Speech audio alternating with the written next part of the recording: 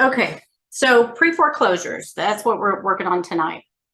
We're going to learn about the foreclosure process, how to find foreclosed properties, and how to help homeowners going through the foreclosure process, because that could be really overwhelming.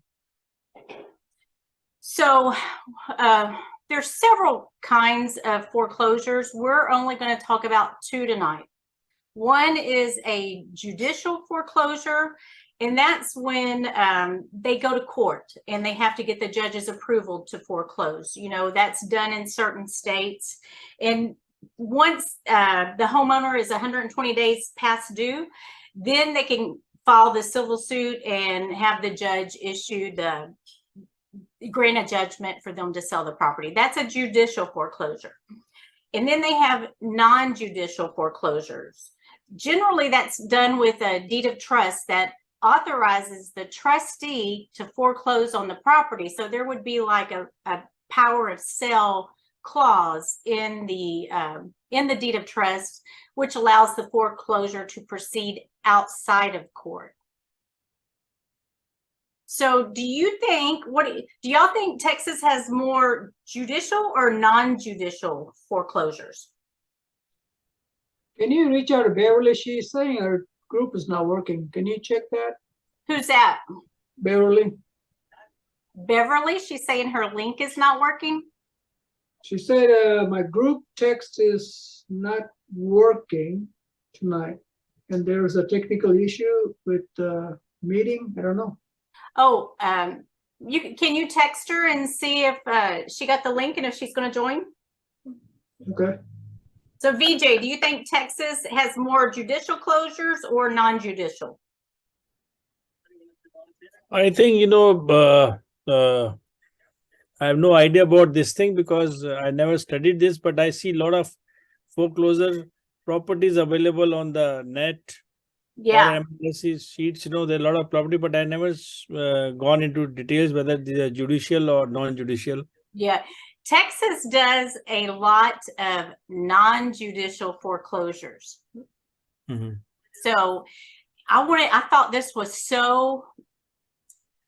this one little verb in the property code, I just thought it was so unbelievable that, I wanted to read it to y'all. But this is the property code that shows that Texas can have a foreclosure. They don't have to wait 120 days. It says as soon as you're late, as soon as you default, if the default under the deed of trust or the contract lien, and giving the debtor at least 20 days to cure the default before the notice of sale can be given under subsection blah, blah, blah. 20 days. That's all the notice they have to give you, 20 days. And do you know how they have to give you the notice? It says service of notice under this section by certified mail is complete when the notice is deposited into the United States mail, postage prepaid, and addressed to the debtor at the last known address. So they don't even have to make sure you got that notice. You can, that's why, these HOAs, they'll put a lien on your property and sell it in foreclosure like that. They don't mess around. But I just thought that was so, so out of the ordinary that they don't even have to make sure you're notified. They just have to put it in the mail and that's it. And then they can send you off to foreclosure. But we are a non-judicial foreclosure state. Very rarely do you see judicial foreclosures. I actually saw one about 3 weeks ago, and it was an IRS foreclosure. It was a house that I bid on and I lost out on, but they had to go to the judge and get an approval, and that was for an IRS foreclosure. And you don't see IRS foreclosures often. Normally it's going to be a default under a mortgage. So the term foreclosure is often used to apply to property in any stage of the foreclosure process. So you can be pre-foreclosure, you can be foreclosure at the auction, or you can be REO foreclosure, and foreclosure just kind of covers all of it. So pre-foreclosure is when the lender or the government issues notice to the homeowner that they must repay the debt or have their house foreclosed. So normally the bank will send you a note saying, hey, you know, you got to pay this. That's going to, or we're going to foreclose. That's pre-foreclosure. Foreclosure auction is like once they've got that foreclosure and they've sent that notice and they've done what they need to do, then the auction takes place. Hey, Mindy, can you re-email the link to Beverly? She can't. Yeah. And in the Texas property code on that slide, like 3 slides above, you know, if you read it, it says exactly, you know, when the foreclosure auction has to take place. It has to take place on the first Tuesday of every month. It has to be between 10 and 3. It has to, they have to put notice on the courthouse steps. And, you know, so the rules to the foreclosure process are all lined out. And there's more rules about how the auction's held than there is putting the house in foreclosure. REO foreclosure is when a property is foreclosed on and it doesn't sell at auction. Then the lender takes it back. So that means they own the property and they try to sell it on their own. So that's what REO foreclosure is. Okay, so here is a pre-foreclosure prospecting template that I have that you guys can use. If you Google real estate templates, you will get tons of templates. You can really just kind of make one that suits you. This is one that I made out of 2 templates that I found online, and I just kind of, you know, made it to suit me. But I'll email this out after the class. All right, so this is just my supposed to be phrased to encourage you. Expect change, analyze the landscape, take the opportunities, stop being the chess piece and become the player. It's your move. And I thought it's your move was appropriate because you have to make the move to find these foreclosure properties. And that's what I'm going to show you now that we know what a foreclosure is. You can get listings and you can find the foreclosure properties. Good old Tony Robbins. Yeah, but you have to put the work in. All right, so that is the steps on the foreclosure. Now I'm going to show you how to find the properties. Okay, so when a house is foreclosed on, or when it's going to foreclosure, they have to file with the county clerk. So you go to any county clerk's website. You go to any county clerk's website, and it will take you to all of the foreclosures. So we're going to do, Chad, I think you're controlling my screen. No, I was going to click something else, but sorry. Okay. Yeah. So now we're going to go to the county website. Let's do, this is my favorite section, and I have all of this saved. So this is something y'all might think about. Like I have the Montgomery County Clerk, the Montgomery County Tax Office, Harris County Real Property, Harris County Tax Office, different foreclosure sites, different, like the wetlands mapper. You click on that and I can type in an address and see if it falls in the wetlands. The pipeline view mapper, click it, type in an address, and I can see if any pipes run through it. This is good if you're dealing with large pieces of undeveloped property. Then you got the FEMA government map. So it might behoove you to find these websites and put it in your favorite so you don't have to go looking for them every time you want to pull up the website, because you will be referring to these a lot in your real estate business. All right, so let's do Harris County. Yeah, I got tons of them like that. Okay, so we're at the Harris County Clerk. We're at the real property, and we're going to go to foreclosures. We want the sell date. We don't want to look by the file date. We want to know when it's going for sale. So we're in 23 and we want to look for everything that's going to go for sale in March. And we're going to hit search.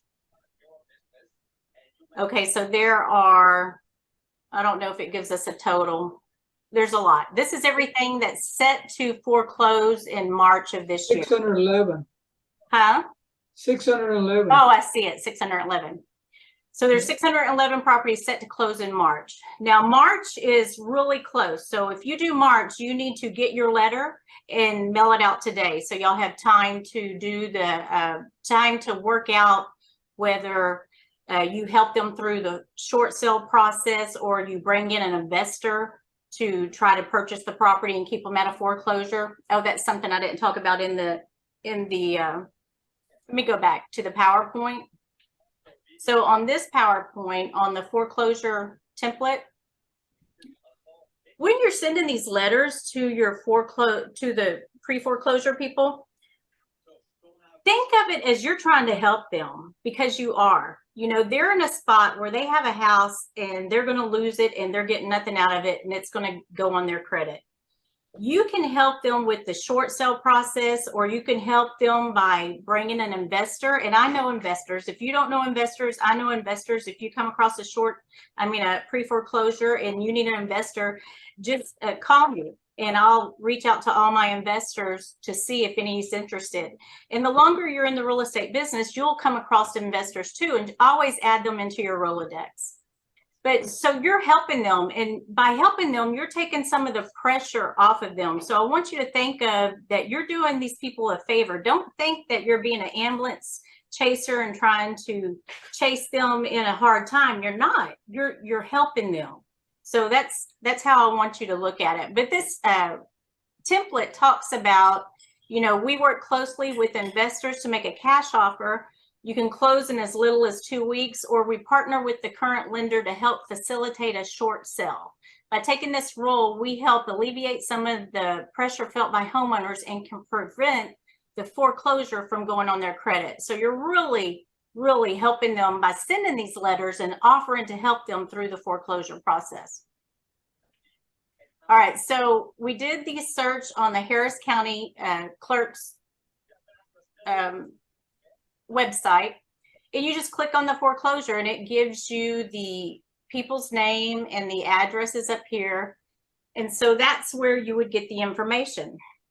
Now, each county's foreclosure site is going to be different. I can show y'all what Montgomery County looks like. All right, so this is Montgomery County. So in Montgomery County, you're going to go to County Clerk Court Records. And we're going to go to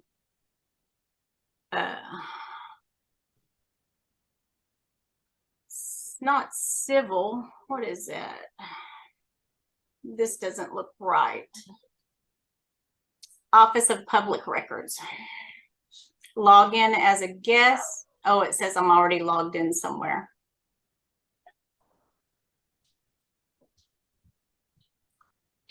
I don't know where I'm logged in.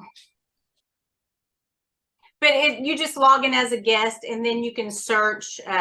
They have little check boxes, and you would check foreclosure and hit search. So that's how Montgomery County is. But you have Waller County, you have Liberty County, you have San Jacinto County. You know, there's so many counties surrounding us, and you would just pick the county that you want to concentrate in.